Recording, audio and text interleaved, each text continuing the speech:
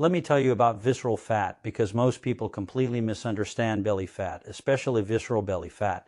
You cannot force your body to burn it. You can punish yourself with harder workouts, stricter diets, longer fasts, and more discipline. But visceral fat does not respond to force. It responds to signals.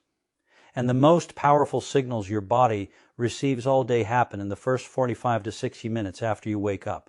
Think of your body like a control room. Every morning before you eat, before you move much, before the world fully hits you, your nervous system asks one critical question: am I safe today or am I under threat? That answer determines whether your metabolism opens the door to fat burning or locks it shut and shifts into fat storage and defense. This is why two people can eat the same food, fast the same hours, even exercise the same way, yet one loses visceral fat and the other doesn't. The difference is not willpower, it's morning chemistry. When you wake up, cortisol naturally rises. Cortisol is not bad, it's a survival hormone. It helps you get out of bed, mobilize energy, and stay alert. But if cortisol spikes too high, too fast, or stays elevated too long, it sends one clear message to your body: danger. And when the body perceives danger, it does three things automatically. It holds on to fat, especially visceral fat. It raises insulin resistance and it slows long-term repair. Visceral fat is not just stored energy. It is protective fat. It wraps around organs, produces inflammatory chemicals, and acts like a shield. Your body keeps it when it thinks survival is at risk. So if your mornings are chaotic, rushed, dehydrated, overstimulated, caffeinated, and stressful, you are unknowingly telling your body every single day, do not let go of this fat. This is why mornings matter more than people realize. Morning is the thermostat. Morning sets the operating system. Morning decides whether your metabolism runs in burn mode or store mode for the next 12 to 16 hours. Here's the part that surprises people. This decision is made before breakfast, before calories matter, before carbs matter, before fasting matters. The nervous system makes its choice first, and metabolism follows orders. Over the years, watching thousands of patients struggle with visceral fat, insulin resistance, fatty liver, and stubborn belly weight, I've learned this: the people who win are not the ones who do more. They are the ones who send the right signals early. There are 5 morning signals that matter more than anything else. They are simple. They are biological. And when done correctly, they lower cortisol, stabilize insulin, calm the nervous system, and make visceral fat release possible later in the day. Today, I'll explain all the signals one by one slowly. So please take a few minutes of your day today and watch this important lecture till the very end. The first signal your body receives in the morning has nothing to do with food, exercise, or motivation. It has to do with hydration and minerals, and it happens within minutes of waking up. Most people get this wrong, and the consequences show up later as stubborn visceral fat, cravings, and a metabolism that feels stuck. When you sleep for 6 to 8 hours, you are not taking in water, sodium, potassium, or magnesium. Meanwhile, your kidneys continue filtering blood, your lungs release moisture, and your nervous system stays active. By the time you wake up, you are mildly dehydrated and electrolyte depleted even if you feel fine. Now here's the key point. Dehydration is interpreted by the body as stress. The moment your brain senses low blood volume or low sodium, cortisol rises to compensate. Cortisol's job is to help you survive low-resource situations. It raises blood sugar, tightens blood vessels, and tells fat cells to hold on to energy, especially visceral fat. So when someone wakes up, skips water, and immediately reaches for coffee or their phone, they are stacking stress on top of stress. Cortisol rises higher. Insulin resistance increases. Lipoprotein lipase, the enzyme that traps fat inside visceral fat cells, stays active. Fat burning is effectively shut down before the day even begins. This is why I say the morning is not about boosting metabolism. It's about lowering unnecessary stress signals. The simplest way to do that is to rehydrate properly before anything else. Not with ice-cold water, not with sweetened drinks, and not with caffeine. The body responds best to room temperature water with a small amount of minerals. A glass or 2 of water with a pinch of salt or naturally mineralized water sends a powerful message to your nervous system. Resources are available. There is no emergency. When that message lands, cortisol begins to fall instead of spike. And when cortisol falls, something important happens. Your body becomes more willing to release fat later in the day. Insulin sensitivity improves. Hunger hormones calm down. The defensive posture of visceral fat starts to soften. This is not theory. You see it clinically. People who hydrate properly in the morning often report fewer cravings, better energy without caffeine, and easier fasting, even if nothing else changes. Think of it like this. If you wake up in the desert with no water, your first instinct is not to burn stored fuel. It's to conserve. But if water is plentiful, the body relaxes and becomes flexible again. Morning hydration is telling your body you are not in a desert. The second signal your body is waiting for in the morning is sunlight, and this one is far more powerful than most people realize. Light is not just something you see. It is biological information. When light hits your eyes and your skin early in the day, it tells your brain one critical thing. The day has begun and the environment is predictable. That message immediately travels to the hypothalamus, the command center that controls cortisol, insulin, melatonin, and your circadian rhythm. If that signal is clear and timely, cortisol rises briefly in a healthy, controlled way and then falls. If that signal is missing or delayed, cortisol becomes chaotic, spiking at the wrong times and staying elevated longer than it should. Here's why this matters for visceral fat. Cortisol is not a bad hormone. It's a survival hormone. But chronic misstimed cortisol keeps your body locked in threat mode. And when the body perceives threat, it does not burn visceral fat. It protects it. Visceral fat is emergency fuel. The body will not let go of it if it thinks danger is nearby. Morning sunlight is how you tell your body there is no danger. When light enters your eyes within the first 30 to 60 minutes after waking, it anchors your circadian clock. This sets off a cascade. Melatonin shuts off properly. Cortisol peaks and then declines. Insulin sensitivity improves and appetite hormones like ghrelin and leptin begin to normalize. Later in the day, this same signal helps melatonin rise naturally at night, improving sleep. And better sleep further lowers cortisol the next day. You can't separate these systems? Sleep, stress, fat storage, and insulin resistance are all wired together. Now, contrast this with what most people do. They wake up in a dark room, they check their phone, artificial blue light hits their eyes, but without the full spectrum signal of the sun. The brain gets confused. Cortisol rises, but without direction. The nervous system stays on edge. Visceral fat stays locked.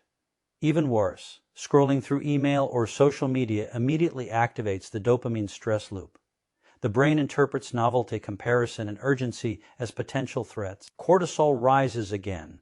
You haven't eaten anything yet, but your metabolism is already defensive. This is why I tell people, don't look at your phone before you look at the sun. You don't need to stare at the sun. You just need to be outside or near a window letting natural light reach your eyes. 5 to 10 minutes is enough on a bright day. On cloudy days, a little longer. If possible, expose some skin as well, hands, face, or arms. This single habit improves insulin sensitivity more reliably than many supplements. It makes fasting easier. It reduces evening cravings, and over time, it makes visceral fat more willing to leave because the body feels rhythm, predictability, and safety. Think of sunlight as resetting the thermostat of your metabolism. If you set it correctly in the morning, the rest of the day runs more smoothly without effort. The third morning signal is the one people resist the most, delaying caffeine. And I understand why. Coffee feels like survival for many people, but the timing of caffeine matters far more than the caffeine itself, especially when visceral fat is the goal.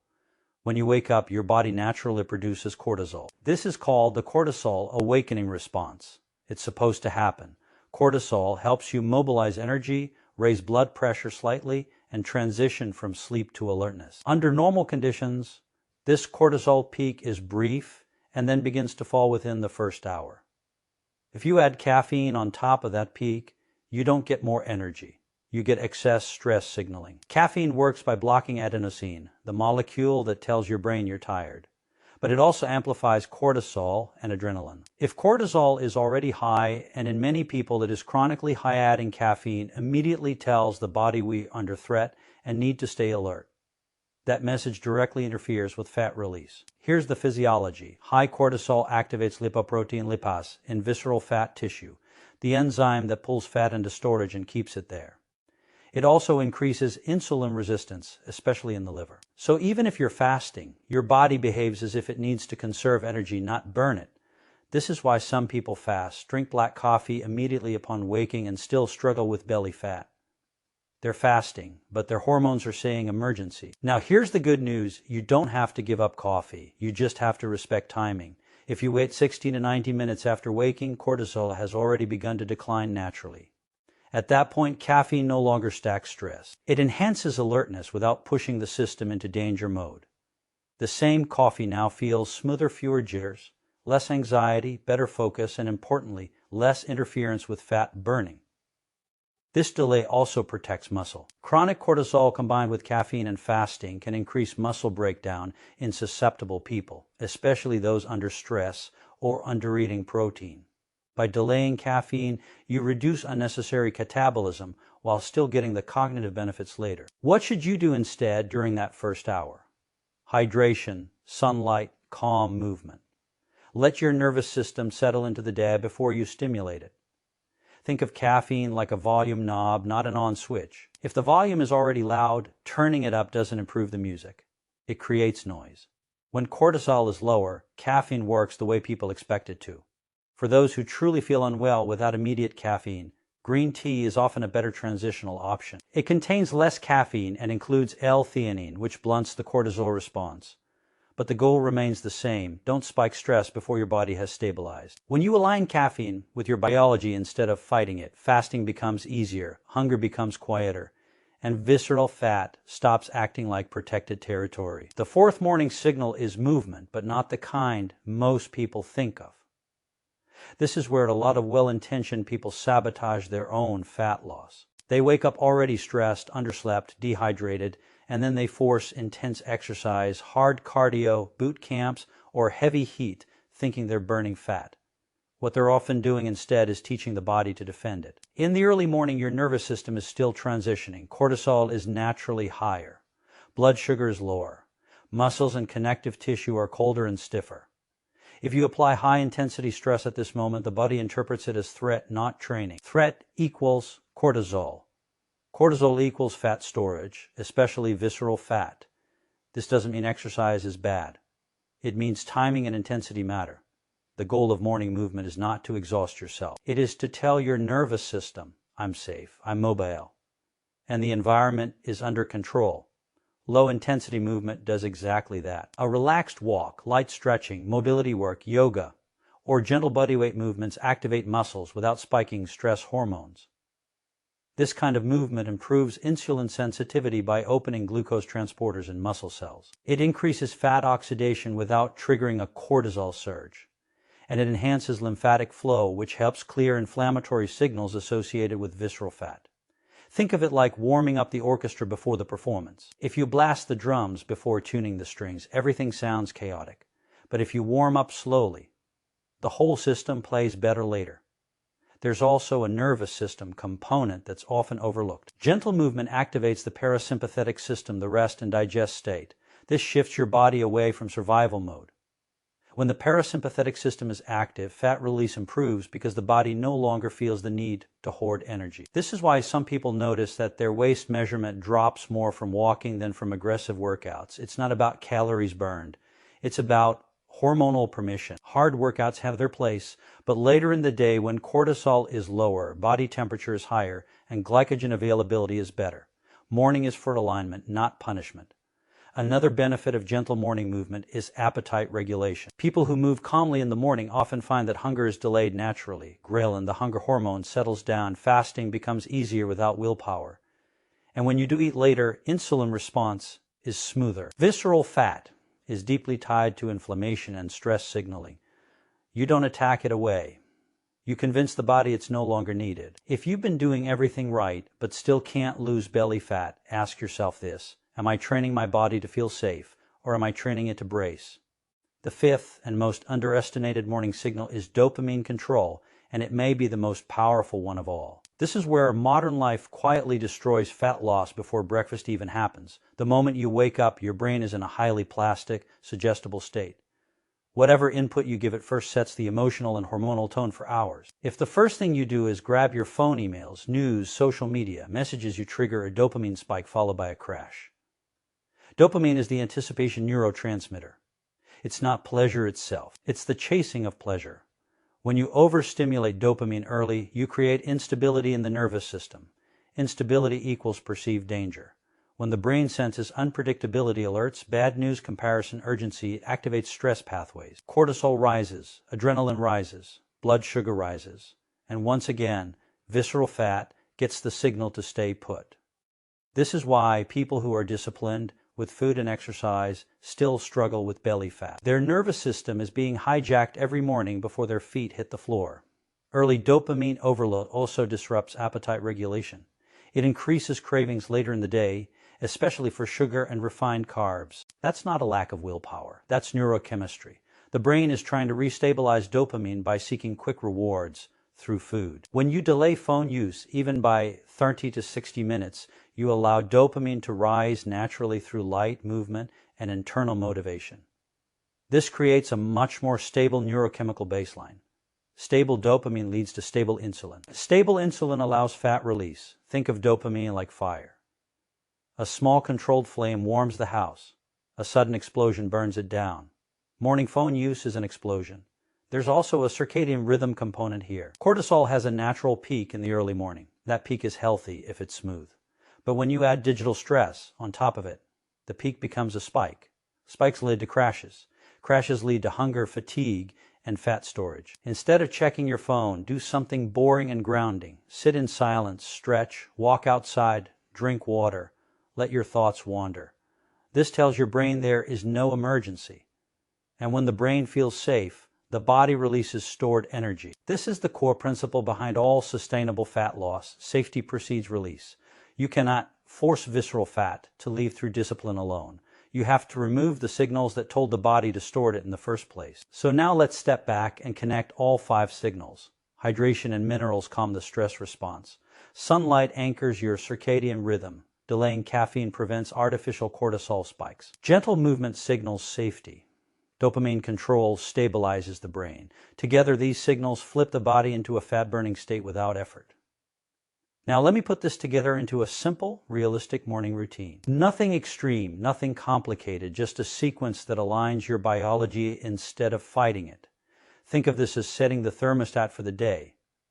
Once it's set correctly, the rest happens almost automatically. When you wake up, the first thing you do is hydrate. 1 to 2 glasses of water, ideally with a pinch of mineral salt or electrolytes. This immediately lowers stress hormones and improves blood flow. You're telling your kidneys and adrenal glands we're safe. Resources are available. That alone can reduce morning cortisol significantly. Next comes light exposure. Within the first 30 minutes, get sunlight in your eyes, not through a window, outside if possible. Even 5 to 10 minutes is enough. This anchors your circadian rhythm, improves insulin sensitivity later in the day, and helps cortisol rise and fall smoothly instead of spiking and crashing. Then comes movement, but not punishment. A slow walk, light stretching, mobility work, nothing that leaves you breathless. 10 to 20 minutes is plenty. This activates fat-burning enzymes without triggering stress hormones. You're telling your muscles, we may need energy today, and the body responds by mobilizing fat, especially visceral fat. Only after that do you introduce caffeine if you choose to have it. Delaying caffeine by even 60 to 90 minutes prevents artificial cortisol amplification. At that point, coffee enhances fat oxidation instead of blocking it. Coffee becomes a tool, not a crutch. And finally, dopamine discipline. No phone, no emails, no social media during this first window. This is non-negotiable if you're serious about visceral fat. You don't need motivation, you need neurochemical stability. Once the nervous system is calm, fat loss becomes easy. Now let me be very clear about what to avoid, because people undo all of this without realizing it. Avoid hard workouts first thing in the morning if you're already stressed, underslept, or insulin resistant. Avoid checking your phone in bed. Avoid instant caffeine on an empty, dehydrated body. Avoid rushing. Avoid urgency. Fat loss does not happen when the body feels threatened. It happens when the body feels safe enough to let go. This is why alignment beats discipline every single time. You don't need more willpower. You need better signals. Once you set your morning up this way, everything else becomes easier. Hunger becomes more predictable. Cravings decrease. Blood sugar stabilizes. Energy improves. And visceral fat, the most stubborn inflammatory fat, finally gets access to the exit door. You don't force fat loss. You remove the reasons your body was holding on to fat in the first place. So, if you've been doing everything right and still struggling, don't work harder. Work earlier. Fix the first hour of your day and the rest of your metabolism will follow. Now, if you've watched my full lecture today, I salute your attention span because nowadays people can't even stay focused on something for a few minutes. Go ahead in the comment section and tell me what was the one best thing you learned today. I'd love to hear that. And if you think today's lecture was beneficial and informative, please make sure you subscribe to my channel and also hit that like button. Thanks for joining me in today's lecture, and I'll see you in the next one.